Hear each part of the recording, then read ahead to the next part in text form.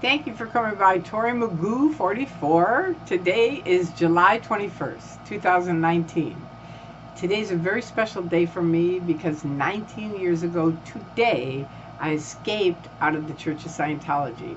And I know now a lot of people talk about escaping, and I'm sure they did in their own way. And each of us has our own story on it. That's all I can say. But mine, particularly because my head was so in the ground. And that happens to people in cults and abusive relationships.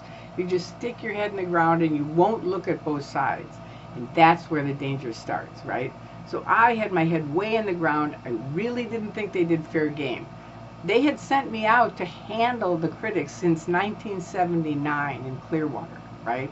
So I had been hearing about fair game, but I just didn't believe it. I just didn't. They had said, oh, we canceled that. Here's the cancellation policy, blah, blah, blah. And to any Scientologist watching this, hell no. They absolutely do fair game. And you can just type in my name, and when you see Religious Freedom Watch, that is your group fair gaming all of the critics that are out here, all of the ex-Scientologists, anyone speaking out, saying their story. They have lies about us on the internet. That's fair game. Okay, so in 2000, July 21st, I escaped out. And they canceled my van, the plane was canceled, the vice president was at LAX. It's a whole long story. If you ever want to hear the whole story, I made a 10-part video after being out 10 years because so many people asked me about it.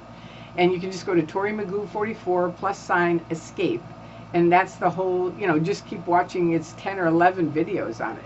And it's a really cool story. But anyway, in a nutshell, they canceled my van. They canceled, the plane was canceled. The vice president was at LAX, came storming up to me. We know where you're going. You're not going there. And Jesse Prince and Stacy and Bob Minton, who were in Clearwater, had said, we'll fly you here. Because once I woke up, I didn't know what to do. Where am I going to go? What am I going to do? Who am I going to talk to? There wasn't like all these websites with all these people saying, we'll help you. There was nothing. There was one little news group called ARS, Alt Religion Scientology. That was it. And Xenu.net. And I was in touch with Andreas, and I said, Andreas, I got to get out of here. I'm 15 minutes from the Office of Special Affairs, which are their top secret police. And so he connected me up with Stacy, Bob, and Jesse. They got me a plane ticket to fly to Clearwater. All the way across the country, they chased me. My husband was in Chicago saying, I'm just happen to be here. What do you know? And I was like, what do you know? And all of a sudden, OSA comes up, and I said, I thought you just happened to be here. And he said, well, they're here too. And so anyway, long story short, I got to Tampa at 1:44 in the morning, and the Tampa police got me out of the Tampa airport. And the rest is history. But that was the beginning of it. And people ask, why do you speak out? I speak out because of the abuses of the Church of Scientology that they have continued to do with me and with my friends, with families and people around the world. That's why I speak out. The day that they stop doing these abuses, which is breaking up families, stopping free speech, fair game, medical abuse, roping in people, especially children, to billion-year contracts, and fraud. The day they stop those, I'll be out of here. I have nothing more to say.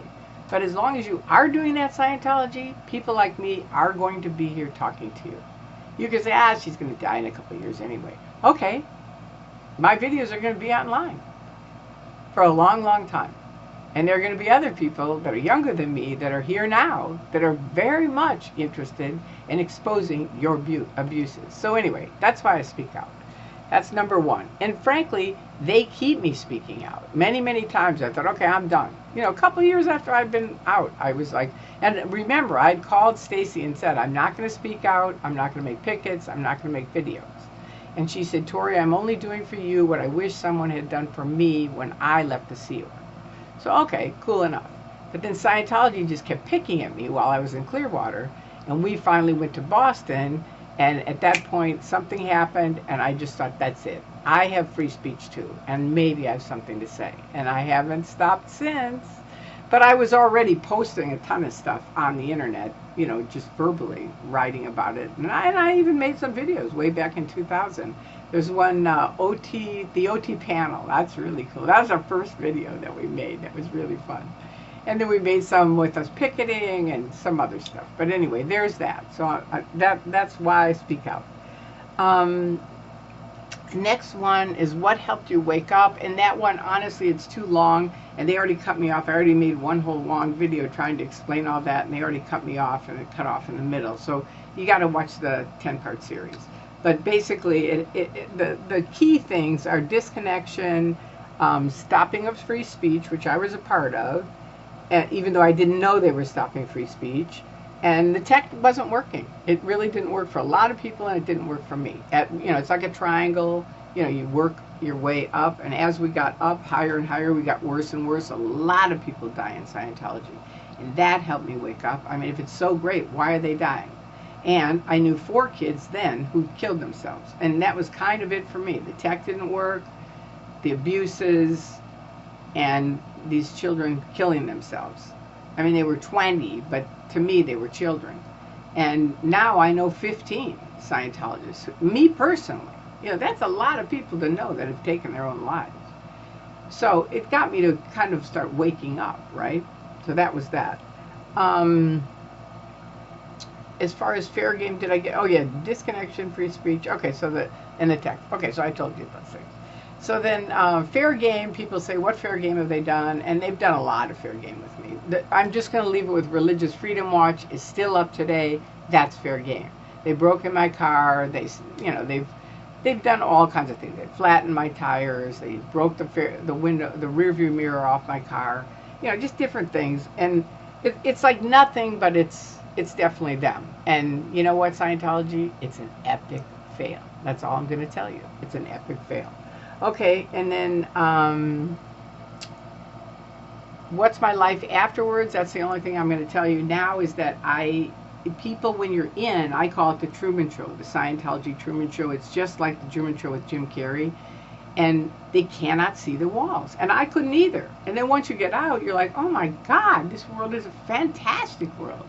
And I cannot thank all of my friends, all of the people around the world who have helped me for 19 years. And I bless you, and I thank you, and I send you blessings, and I just am thankful every single day for each and every person who has helped me. So I love you, and I thank you. I'd like to talk more, but I think this is over. So there you go. Make sure that your life is great. I've done a lot of fun stuff after I left Scientology, working, adventures, picketing, you know, seeing my friends, just making sure every day is a wonderful day. And you know what? It is. So there you go. Peace out.